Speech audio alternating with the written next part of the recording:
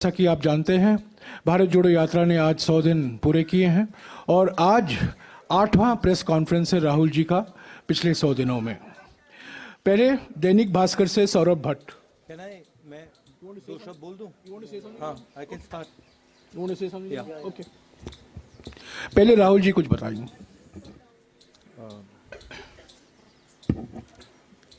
आप सबका यहाँ बहुत बहुत स्वागत। अब भारत जोड़ो यात्रा के 100 दिन हो गए हैं। कन्याकुमारी से अब हम राजस्थान से निकल रहे हैं। बहुत अच्छा एक्सपीरियंस रहा है। जब शुरू किया तो प्रेस के हमारे मित्रों ने कहा था कि देखो ये साउथ में सक्सेस रहेगी, मगर जब साउथ से निकलेंगे तो सक्सेस नहीं होगी। फिर महाराष्ट्र में कहा कि हाँ, महाराष्ट्र में सक्सेस हो गई मगर हिंदी बेल्ट में सक्सेस नहीं होगी। और फिर हिंदी बेल्ट में जब हम आए, कहा अच्छा मध्य प्रदेश में सक्सेस हो गई, बट अब राजस्थान में फैक्शनलिज्म है, वहाँ पे सक्सेस नहीं होगी। और आपने बहुत क्लियरली देखा कि राजस्थान में बहुत लोग आए, लाखों लोग आए। हमारे संगठन ने बहुत अच्छा इफेक्टिव काम किया और शायद सबसे अच्छा रिसेप्शन इस यात्रा का राजस्थान में हुआ। यात्रा के लक्ष्य 3 हैं। सबसे ज़रूरी कि हम हिंदुस्तान को जोड़ना चाहते हैं। जो नफरत, हिंसा और डर की राजनीति बीजेपी कर रही है, आरएसएस कर रहे हैं, उसके खिलाफ हम खड़ा होना चाहते हैं। और ये मैसेज बहुत अच्छी तरह देश में गया है। बहुत अच्छा रिसेप्शन हुआ है इस मैसेज का। ये लोग सुनना चाहते हैं। ये राजनीति करने का एक दूसरा तरीका है, कांग्रेस का तरीका है, गांधी जी का तरीका है।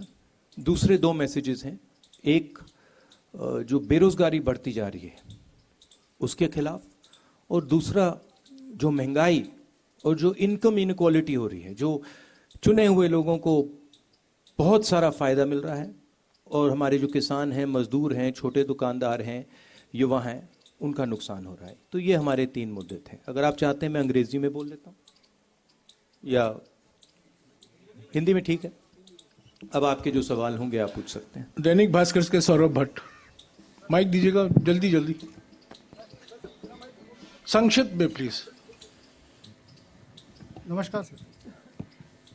सर, भारत जोड़ो यात्रा राजस्थान में जब से आई है, कांग्रेस सड़कों पर एकजुट दिख रही है। कोई बयानबाजी भी नहीं हो रही, कोई विवाद भी सामने नहीं आ रहा। लेकिन जब आप राजस्थान यहाँ से छोड़कर जाएंगी तो क्या स्थितियाँ यही रहेगी? इसके लिए कोई मैकेनिज्म दे के जाएंगे या फिर कांग्रेस ऑल इज वेल के बयान से ही काम चलाएगी? मेरी राय है कि जो मैंने देखा है, और ये सिर्फ राजस्थान की बात नहीं है, ये बाकी स्टेट्स की भी बात है, कि मेन इशू कांग्रेस पार्टी की कि हमारा जो आम कार्यकर्ता है, जो सड़क पे लड़ता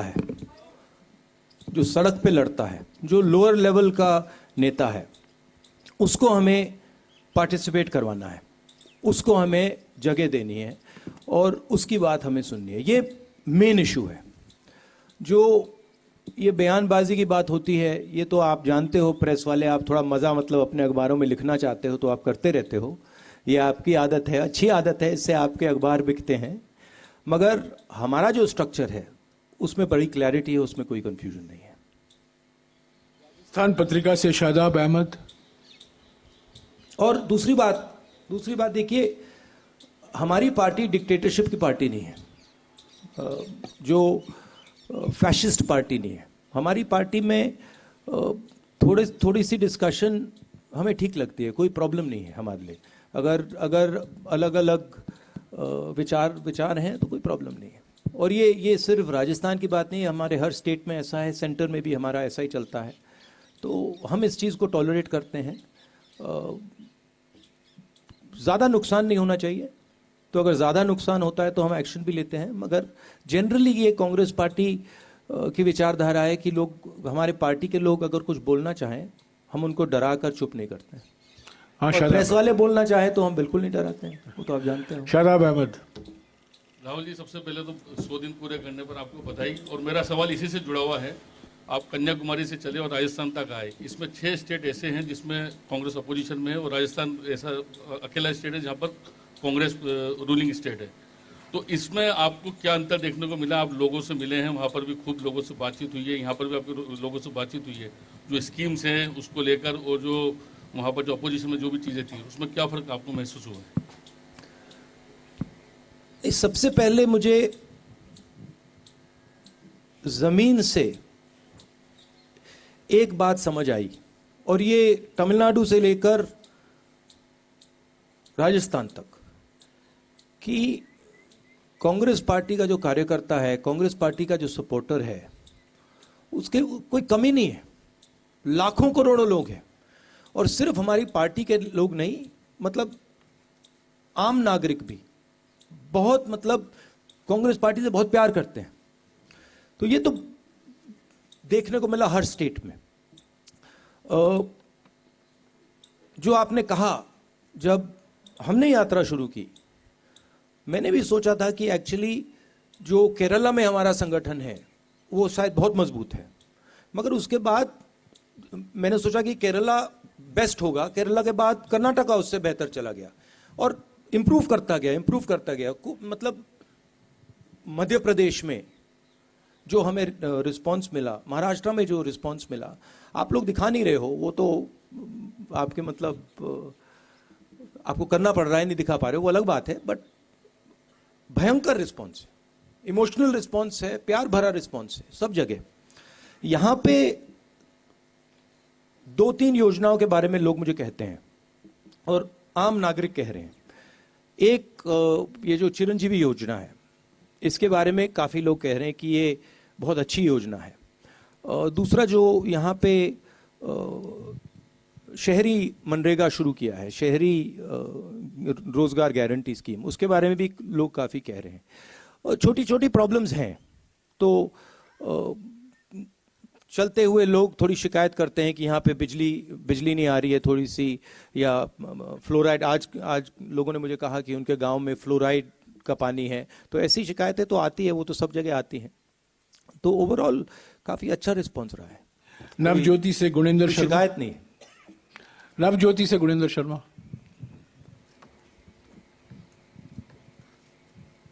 हेलो राहुल जी, ये आपके क्या है कि 4 साल सरकार के पूरे हो रहे हैं और सभी मंत्री सरकार रिपीट होने का दावा कर रहे हैं।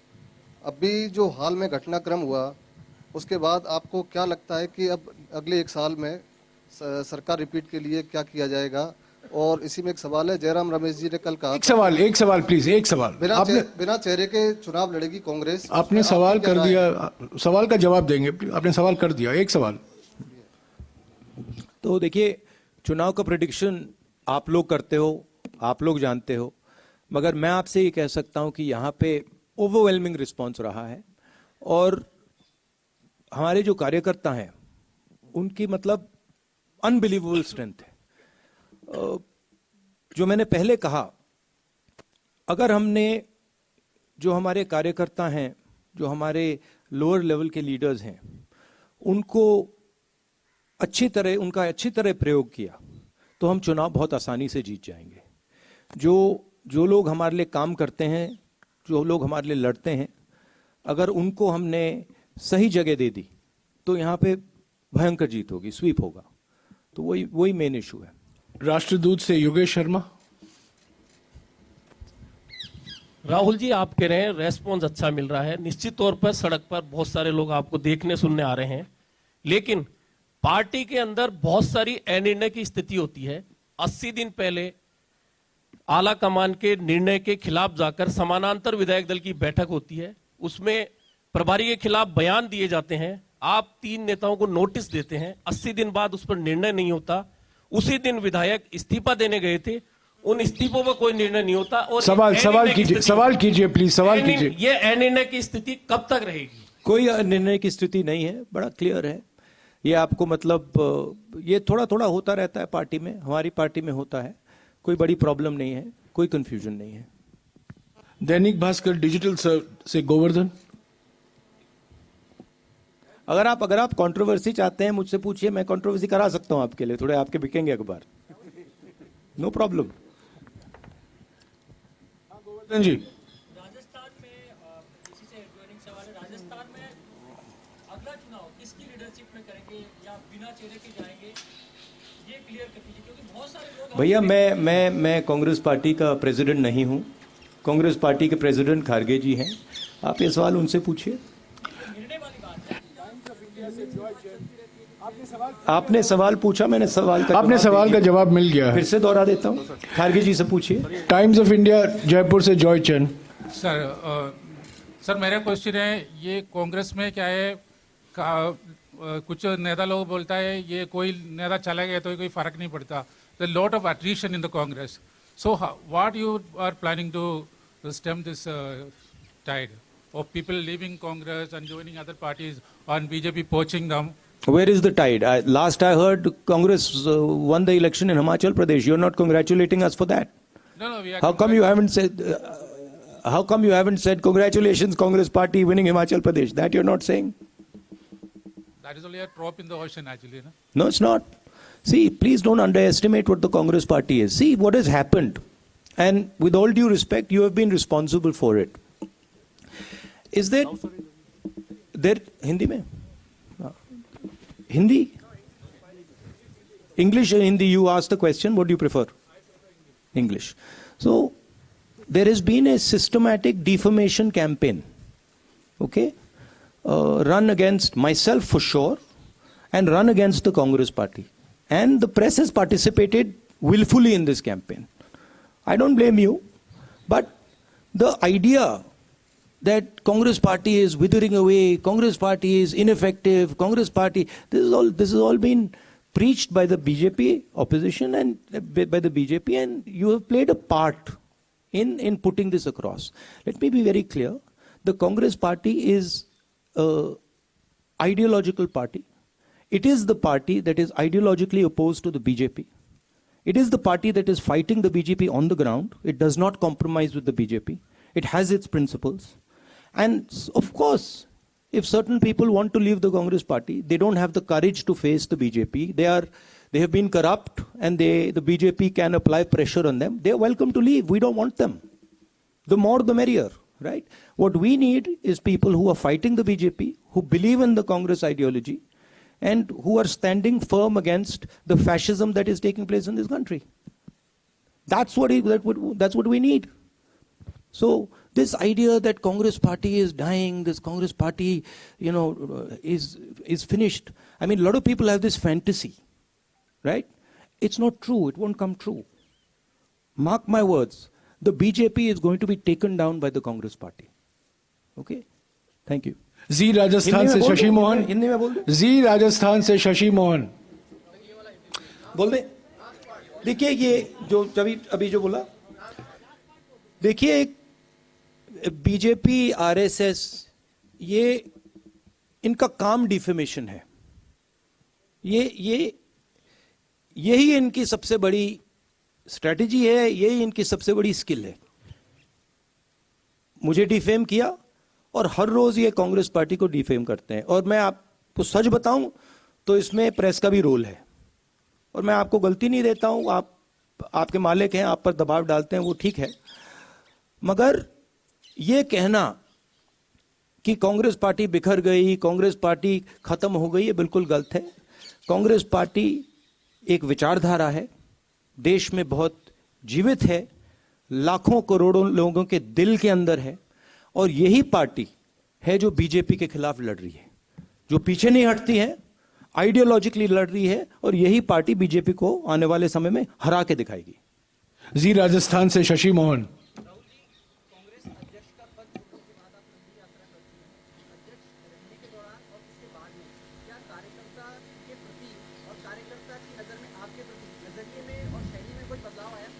ये तो भैया आपको उनसे पूछना पड़ेगा। वो बताएंगे, मैं कैसे बताऊं? मेरा पर्सनल नज़रिया नहीं, लाइफ का एक्सपीरियंस होता है, वो भी एक्सपीरियंस था, ये भी एक्सपीरियंस है, तो एक सफ़र है, उससे भी सीखने को मिला, इससे भी सीखने को मिला। मगर यात्रा से मुझे पर्सनली तो काफ़ी फ़ायदा हुआ है। यात्रा भी ख़त्म नहीं हुई है, मगर बहुत सीखने को मिला है। जो सड़क पे दिखता है और चलने से जो दिखता है वो बिल्कुल अलग होता है। मतलब थोड़ी थकान होती है, थोड़ा दर्द होता है, तो तब सुनने में सच्चाई अच्छी सुनाई देती है। फर्स्ट इंडिया से योगेश शर्मा। माइक, क्योंकि जब सड़क पे चला जाता है तो जैसे हम लाखों लोगों से मिल रहे हैं और 1-to-1 बात होती है, और जब हम सड़क पे चलकर बात करते हैं तो जैसे हम किसान से मिलते हैं तो वो इस बात को समझ लेता है, एकदम समझ लेता है कि ये जो व्यक्ति आया है ये दर्द सह के आया है, ये फालतू में नहीं आया है, ये चल के आया है, एक प्रकार से बोझ उठा के आया है। तो वो दूसरे तरीके से बोलता है और वो दिल से बोलता है, वो दिमाग से नहीं बोलता है। तो जब हिंदुस्तान की जनता दिल से बोलती है तो बिल्कुल अलग चीज समझ आती है। एक बात यह है। दूसरी बात है कि मुझे लगता है, और इसमें मैं शायद गलत हूं, मगर मुझे लगता है कि हमारी राजनीति में जो पहले हमारी राजनीति हुआ करती थी, खासतौर से 70-80 साल पहले महात्मा गांधी जी के समय की राजनीति, इंडिपेंडेंस की राजनीति, उसमें राजनेता जनता के बीच में होता था। एक प्रकार से जनता के अंदर होता था, दूरी नहीं थी। और आज राजनेताओं के बीच में, और मैं सिर्फ सीनियर लेवल राजनेताओं की बात नहीं कर रहा हूं, जूनियर लेवल राजनेताओं के बीच में और जनता के बीच में एक दूरी से पैदा हो गई है। थोड़ा सा उसको अहंकार कह सकते हैं, अहंकार पैदा हो गया है। शायद उस टाइम देश गरीब था, आज़ादी मिली थी, तो नेताओं की अप्रोच थोड़ी अलग थी। आजकल मुझे लगता है कि दूरी बन गई है, और मैंने सोचा कि ये जो दूरी है, और शायद मुझ में भी थी थोड़ी सी दूरी, मैंने सोचा इस दूरी को खत्म करना है। ये दूरी फिजिकल दूरी नहीं है, ये दर्द की दूरी है।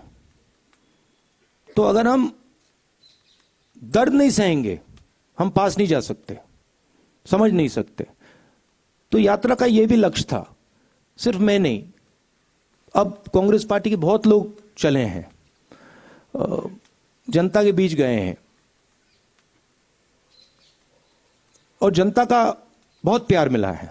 आपको मैं समझा नहीं सकता क्या इसका मतलब है, ऐसे बोलने में बात नहीं समझ आती। और जो हिंदुस्तान का जो ज्ञान है, जो आम नागरिक में है, जिसके बारे में आप लोग लिखते नहीं हो, मीडिया में दिखाई नहीं देता। आप लोग ऐश्वर्या राय जी, विराट कोहली जी, अमिताभ बच्चन जी के बारे में लिखते हो, मगर जो आम नागरिक है, जो अपना खून पसीना दे रहा है, उसका जो ज्ञान है, उसका कोई मुकाबला ही नहीं। उसका जो प्यार है, उसका कोई मुकाबला नहीं। तो ये सीखने को मिला है। न्यूज़ 18 राजस्थान से सचिन शर्मा। मेरा रह गया था सवाल। हाँ, अच्छा, सॉरी। राहुल जी, कई रंग आपने देखे कन्याकुमारी से लेकर राजस्थान तक, और राजस्थान में गहलोत सरकार है या कांग्रेस सरकार है, लेकिन बाकी जगहों पर कांग्रेस का राज नहीं है। लेकिन कांग्रेस की कोख से जन्मे कई दल वहाँ पर क्षेत्रीय दलों के रूप में खड़े हो गए, जिन्होंने कांग्रेस को लगातार नुकसान पहुँचाने का काम किया। चाहे हम जगन रेड्डी की पार्टी देख लें या और दूसरे पश्चिम बंगाल में ममता बनर्जी की पार्टी देख लें, और जयराम रमेश जी ने कहा भी था एक दिन कि सवाल कीजिएगा सीधा सवाल। तो क्या कांग्रेस अब इन सब पार्टियों की अगुवा बनेगी, और जो कांग्रेस विचारधारा से निकले हैं क्या उनको समाहित करने का? देखिए, हर पार्टी का एवोल्यूशन होता है, ट्रांजिशन होता है। जो कांग्रेस पार्टी 10 साल पहले थी, जो हिंदुस्तान के हालात 10 साल पहले थे, 20 साल पहले थे, 30 साल पहले थे, 40 साल पहले थे, वो बदलते जाते हैं। पार्टी को अडेप्ट करना पड़ता है। अभी आप कांग्रेस पार्टी को अडेप्ट करते हुए देख रहे हो। कमियां रही हैं, मैं ये नहीं कह रहा हूं कि कांग्रेस पार्टी ने कभी गलती नहीं की, गलती की है, बहुत गलतियां की हैं, मगर देश के जो हालात हैं उसके लिए अब कांग्रेस पार्टी अडेप्ट कर रही है। और जो कांग्रेस पार्टी की जड़ है, जो उसका डीएनए है, अब कांग्रेस पार्टी उसके ओर जा रही है। और मैं आपको एक बात कह सकता हूं, जिस दिन कांग्रेस पार्टी ने अपनी जड़ पकड़ ली, जिस दिन जो कांग्रेस है वो कांग्रेस संगठन बन गया, उस दिन यहां पे कोई नहीं हरा सकता कांग्रेस को। तो ये कम्युनिकेशन है, जनता के साथ एक कम्युनिकेशन है, जनता को समझने का प्रयास है और अपने आप को बदलने का प्रयास है। ठीक है, तो ये आप ट्रांजिशन देख रहे हैं, इसमें थोड़ा टाइम लगेगा, मगर ये विचारधारा जो है कांग्रेस पार्टी की, ये 10-15 साल पुरानी नहीं है, ये 100 साल पुरानी भी नहीं है। ये जो लड़ाई चल रही है ये हजारों साल पुरानी लड़ाई है, हजारों साल पुरानी। तो ये विचारधारा की लड़ाई पहले थी, आज है, कल भी रहेगी। कांग्रेस पार्टी को प्रिसाइसली ये समझना है कि कांग्रेस पार्टी है क्या, और वो एक सफर है।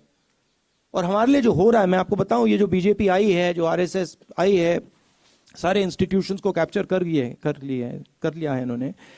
ये कांग्रेस पार्टी के ट्रांजिशन के बदलाव के लिए, ट्रांजिशन के लिए, नई एक जो कांग्रेस पार्टी का रूप है उसके लिए बहुत अच्छा है, खराब नहीं है।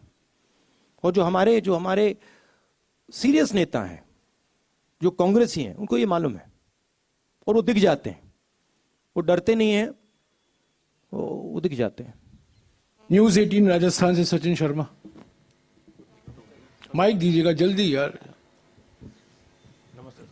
माइक सर, ऊपर। मेरा सवाल ये है आपसे कि ओपीएस राजस्थान ने लागू किया, हिमाचल में भी ओपीएस की वजह से ही संभवतः आप लोग सत्ता में आए। कल आप रघु राजन सर से मिले हैं, उनसे आपकी बातचीत? ये आपने बहुत बड़ी स्टेटमेंट की कि बहुत बड़ा हिमाचल में आप ओपीएस के कारण आए। ये मतलब साइंटिफिक एनालिसिस किसी ने नहीं किया है। उसका एक बड़ा रोल रहा होगा। गहलोत साहब भी कई बार गए, उन्होंने ओपीएस की बात कही, लेकिन कई अर्थशास्त्री उसके विरोध में, उसके खिलाफ हैं। कल आपकी रघुराम राजन साहब से लंबी बात हुई, क्या उनसे इस बारे में आपकी कोई बातचीत हुई? उनकी क्या राय है और आप इस बारे में? नहीं, उनसे इसके बारे में राय नहीं हुई। आप क्या सोचते हैं सर? प्यार से भैया, नहीं, उनसे बात नहीं हुई, मगर हमारी जो जनरल अप्रोच होती है, जो हमारी स्टेट लीडरशिप, नॉर्मली जो स्टेट लीडरशिप करना चाहती है, थोड़ी सी फ्लेक्सिबिलिटी हम उनको देते हैं। तो हम ये नहीं कहते हैं कि हर स्टेट को ये करना है, हम सेंटर से एडवाइस दे सकते हैं, एडवाइस देते हैं कि हमें लगता है कि ये ठीक है या ये ठीक नहीं है, बट जनरली हम स्टेट्स पे छोड़ देते हैं, क्योंकि अलग अलग स्टेट्स को अलग अलग तरीके से अपनी सरकार चलानी पड़ती है। इंडिया न्यूज राजस्थान से दिनेश डांगी।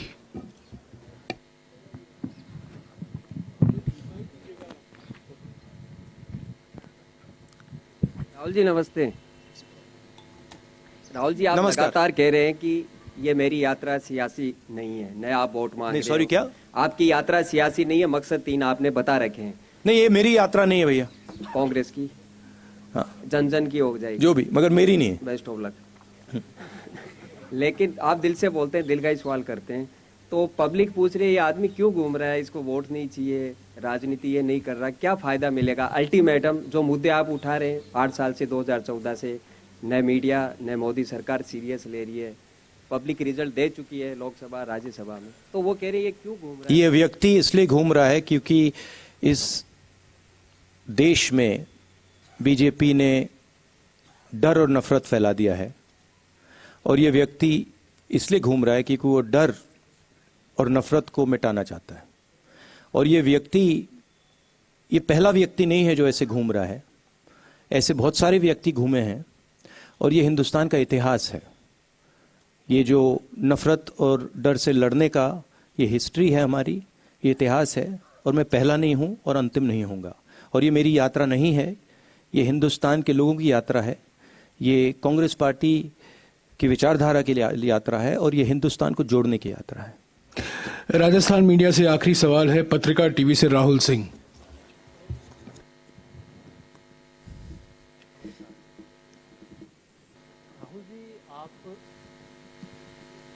देखिए, हिंदुस्तान, एक और चीज जोड़ना चाहता हूं। देखिए, हिंदुस्तान में एक फैशन बन गया है, और ये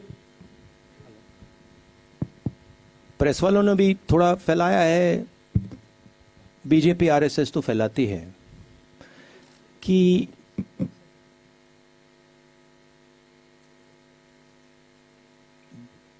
देश के लोग एक दूसरे से नफरत करते हैं। मगर जो मुझे दिखा, और मैं अब तकरीबन 2500 कितने चले हैं जयराम जी, 2800 किलोमीटर चला हूं, तो थोड़ा तो मैंने देखा होगा। मुझे दिखा है कि इस देश में करोड़ों लोगों के दिल में एक दूसरे के लिए प्यार है, मोहब्बत करते हैं एक दूसरे से, भाईचारा है, और एक दूसरे के लिए लड़ जाएंगे, मर जाएंगे। और मुझे बहुत खुशी हुई, क्योंकि मैंने भी सोचा था कि भाई देश को खो क्या गया है, ऐसे देश में इतनी नफरत कैसे हो सकती है। और सच बताऊं तो मुझे बहुत अच्छी चीज देखने को मिली कि नफरत ऊपर से फैलाई जा रही है, उसमें आप लोग भी काम कर रहे हो, करना पड़ रहा है, मगर नीचे से आप देखें, प्यार है, भाईचारा है, इज्जत है, रिस्पेक्ट है। और यही इस देश की संस्कृति है, यही इस देश की हिस्ट्री है, इसको बदला नहीं जा सकता है। राहुल जी, आपने 2.5-3 किलोमीटर की यात्रा की और लगातार चल रहे हैं। इस पूरी यात्रा में राजनीतिक रूप से, सामाजिक रूप से क्या आपने बदलाव, क्या दो तीन अहम चीजें महसूस की जो आने वाले समय में चुनौती बन सकती है और कांग्रेस पार्टी उसका मुकाबला भी कर सकती है? इस तरह की क्या 2-3 चीजें अहम रूप से महसूस किया आपने?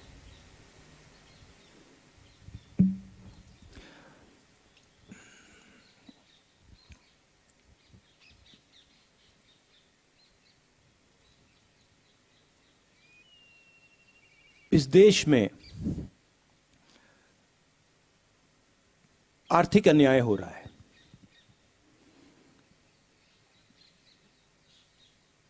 और देश के लोगों को ये दिख रहा है। देश के लोग देख सकते हैं कि चुने हुए लोगों के पास सब कुछ है, सपने हैं, अरबों रुपए हैं, सब कुछ है, और करोड़ों लोगों के पास कुछ नहीं है, सबको दिख रहा है।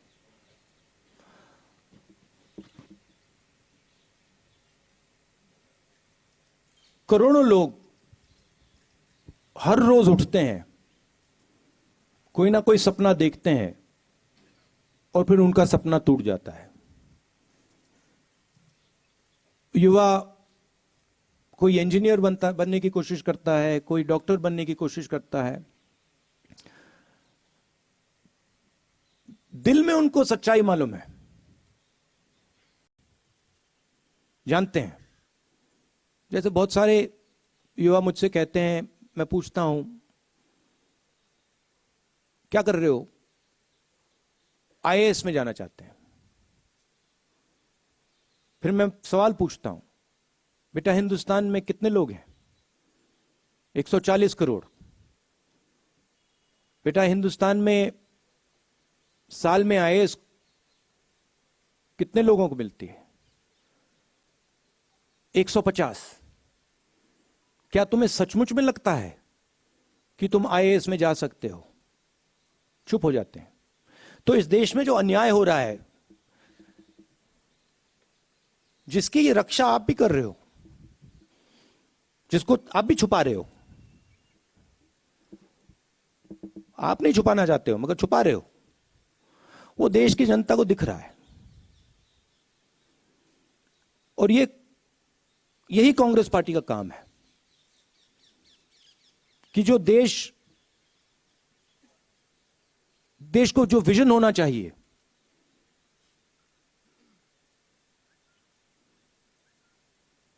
आगे का पीछे का नहीं। बीजेपी कहती है देखो देखो देखो 2000 साल पहले क्या हुआ, वो विजन नहीं होता है। जैसे मैंने किसी से कहा, गाड़ी को आप रियर व्यू मिरर में देखकर नहीं चला सकते, एक्सीडेंट होगा। वही हिंदुस्तान को हो रहा है। कांग्रेस पार्टी आगे देखती है, भूलते नहीं, हिस्ट्री को भूलते नहीं है, मगर हम आगे देखते हैं। हम देश को विजन देने की कोशिश करते हैं, हम देश की आवाज सुनते हैं। तो हमारे लिए बहुत बड़ी अपॉर्चुनिटी है और यह काम सिर्फ कांग्रेस पार्टी कर सकती है और कोई बीजेपी नहीं कर सकती। तो हमारे लिए बहुत बड़ी अपॉर्चुनिटी है। दुख होता है, यह देखकर दुख होता है कि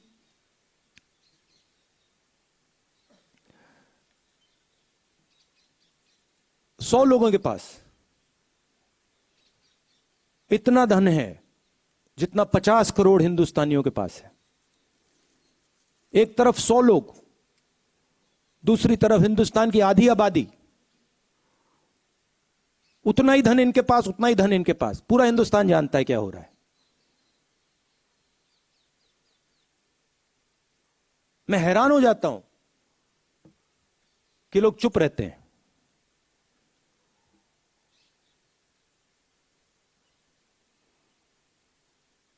दिल बड़ा है उनका, मगर ऐसे देश नहीं चलाया जा सकता। तो ये समझने को मिला मुझे। राहुल जी, हमारे पास 5-7 मिनट बाकी हैं। 3 सवाल जल्दी लूंगा मैं दिल्ली स्थित मीडिया से। असीम कमाल, पीटीआई से। Sir, 2024 is not very far. There are a lot of regional parties that have been talking about bringing the opposition together. When will the Congress take the lead in bringing the opposition together? And in that context, how will you reconcile your differences with parties like TMC and AAP? Brother, you have to ask this to the Congress president. I have a view that the Congress party must work with all the opposition parties. There's a lot of space to do that. But the exact strategy, how it's going to be done, that you have to ask the new Congress president. I'm actually not involved in that right now. Niyamika Singh, Times Now. Is she here? No. Yeah, Niyamika. Please take the mic and ask the question. Take the mic and ask the question.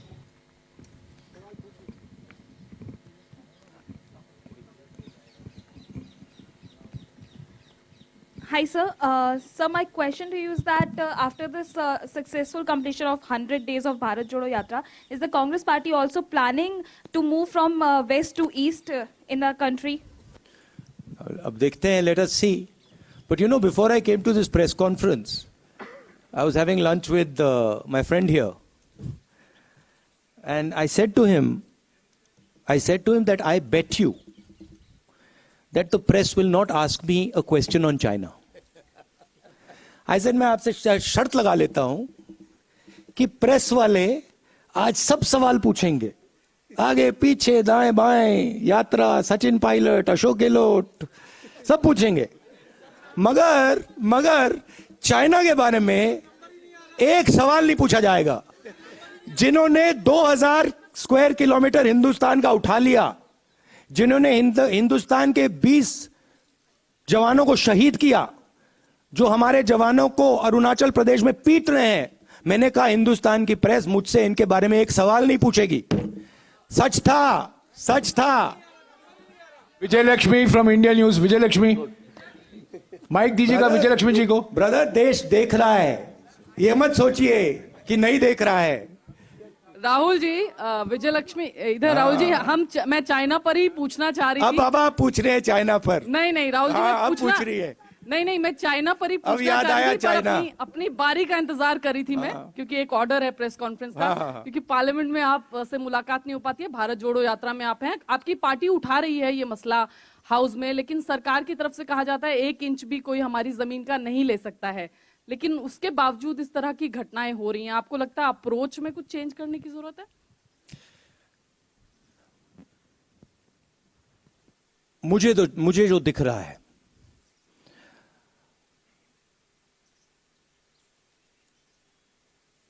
जो China का threat है, और मुझे तो वो clear, और मैं इसको अब 2-3 सालों से कह रहा हूं,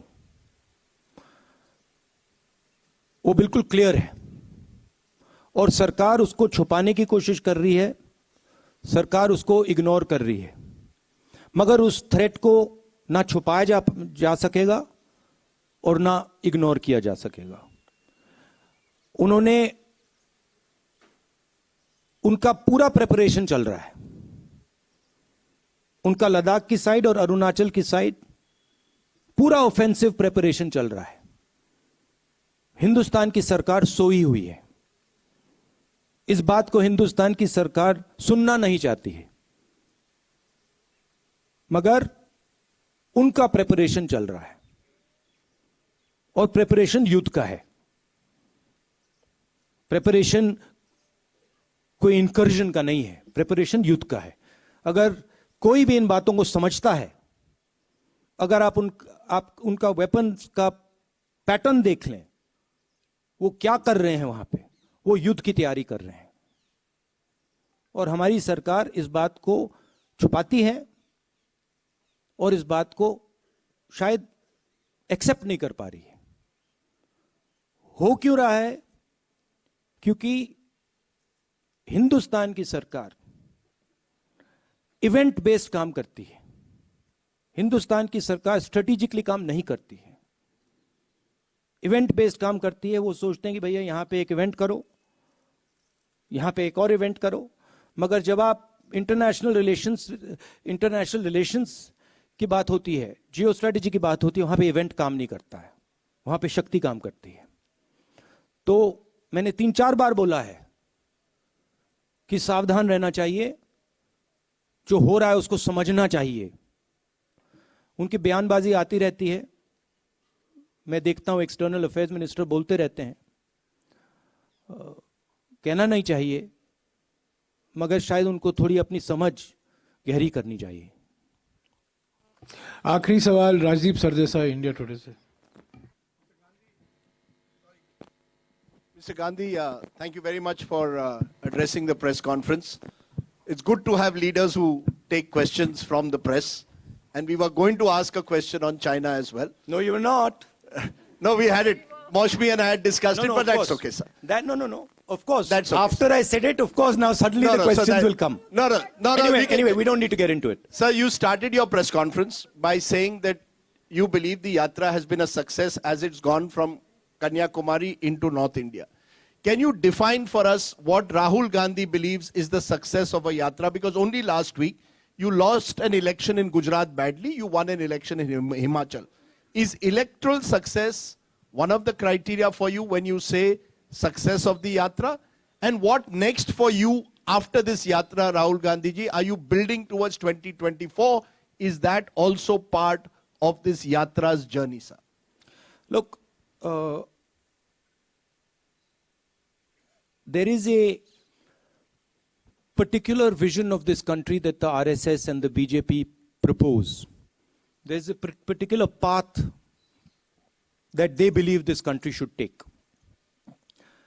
It's a violent path. It's a hate-filled path. It's a path that is designed to create two Indias. One is an India where there are 5 or 6, 10 billionaires, and the other India where everybody else will live in poverty, in desperation. That's their vision. It's also a hate-filled vision. It's an angry vision of India. And it is a view. It is a view held by quite a few people that this is what India should look like. That one language should dominate, one state should dominate, one idea should dominate, one culture should dominate, right? One religion should dominate. And there's another view. And that view is that this country should talk to itself. It should have a conversation with itself. It should be affectionate to itself. It should understand the pain that this country is going through. It should not be arrogant, it should be humble. It should reach out to other people. It should embrace other people. This is another vision. This is what the Bharat Jodo Yatra has been very successful at showing. That there is another alternative. Nobody in the Yatra is beating each other up. Nobody is abusing each other. Someone falls down, everybody lifts them up. Nobody asks, what caste are you? Which state you come from? How dare you come here? Nobody's asking these questions, right? And that the Yatra has been full of love and affection. Anybody comes, they're treated with respect. Doesn't matter who they are. A lot of people come to me, when I'm talking to them, I don't agree with them. They'll say something to me, I tell them I don't agree with you. But there is the space for the disagreement. So where the Yatra has been extremely successful is that it has shown that there is another way of doing things. It has shown that you can actually respect people, you can actually embrace people, you don't have to be nasty and cruel. Okay, so there it has been a tremendous success. What next for me? I have said that the Yatra ends in Srinagar. I think it will end by the end of January. And I've said that, look, it is my endeavor to focus on this Yatra until the flag is hoisted in Srinagar. This is it's a public journey. It's a journey of many, many yatris, millions of people. But for me also, it's a private experience. It's getting to understand a lot about the people that I love, about myself. And so it has been a big experience for me. It's been a very good learning experience for me personally. And you can ask that question to most of the yatris, they will tell you the same thing.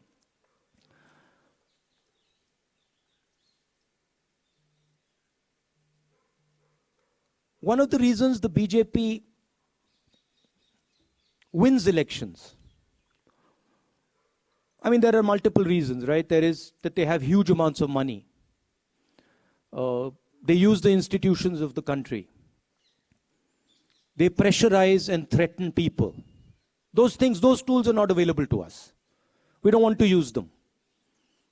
We will never take over the institutions of this country because we're the ones who built them and we know that they belong to the people of this country. We will never touch them. So we can't do that. We don't have access to that money. We never will. Right? Because we don't offer the conveniences that the BJP offers. We say inconvenient things about farmers and laborers and small businesses and youngsters, and we do all that. So we'll never get that money. But one of the other reasons that BJP wins elections is because they're very clear on who they are. They're hateful, I don't agree with them. They divide India, I don't agree with them. But they have complete clarity on who they are. It's easy to have clarity on who they are, because for them it's just, do you hate so and so? Yes, you do. Okay, that's who you are. For us, it's much more complicated.